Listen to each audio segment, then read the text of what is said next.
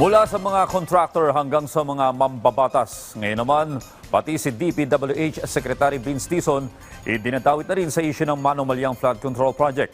Si Isaiah Mirafuentes sa detalye.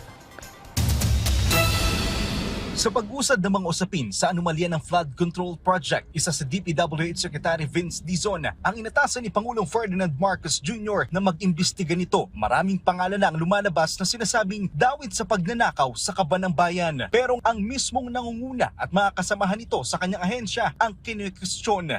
Matapos himukin ni Batangas 1st District Representative Leandro Leviste, si Sec Dizon na ihayag ng lahat ng kanyang aniyay koneksyon nito at ng kanyang mga opisyal sa mga kontraktor ng DPWH. Ayon kay Congressman Leviste, nakatanggap kasi siya ng report na may koneksyon umano ang grupo ni Dizon sa mga kontraktor at ang ilan umano sa kanyang kasama sa kagawaran umano'y kontraktor din mismo.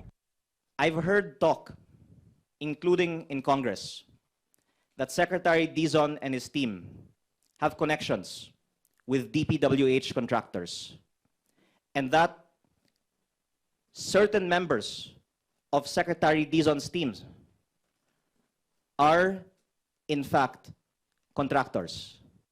The question is, if it's true that new appointees in DPWH have interests in companies that do business with DPWH, are we sure that there will be no conflict of interest in the awarding of contracts under the new leadership at DPWH? Tumanggi si Leviste na pangalanan kung sino mga tauhan ni Dizon ang kanyang tinutukoy. Pero giit niya, mas mainam kung magpaliwanag ukol dito ang kalihim sa ngalan ng tuloy-tuloy na reforma sa kagawaran. Ilang oras matapos ang hamon ni Leviste, agad sumagot si Dizon. Ayon sa kalihim, nagpapasalamat siya kay Congressman Leviste dahil sa pagsasalita nito ng kanyang mga nalalaman. Pero hiling ng kalihim sa kongresista, pangalanan ng tinutukoy niyang DPWH official na sangkot sa anomalya.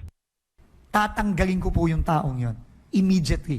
At kung kinakailangan, kakasuhan ko pa yung taong yon. That's very important to me, no, na malaman talaga. Gusto rin niyang makausap si Leviste tungkol sa kanyang mga aligasyon. Hindi ko papagampasin yan kahit anong pa yan. Pero sa pagkakaalam ko, no, dito sa mga undersecretaries, no, na ating inaya, no, at hindi madaling mag-aya ng undersecretary sa DPWH sa panahong ito, no, wala sa kanilang kontraktor. Yun ang aking pagkakaalam. Hinihikayat rin ni Dizon ang publiko na tulungan ng gobyernong tukuyin kung may nalalaman silang mga individual na sangkot sa anomalya sa flood control project. Isaiah Mirafuentes para sa Pambansang TV sa Bagong Pilipinas.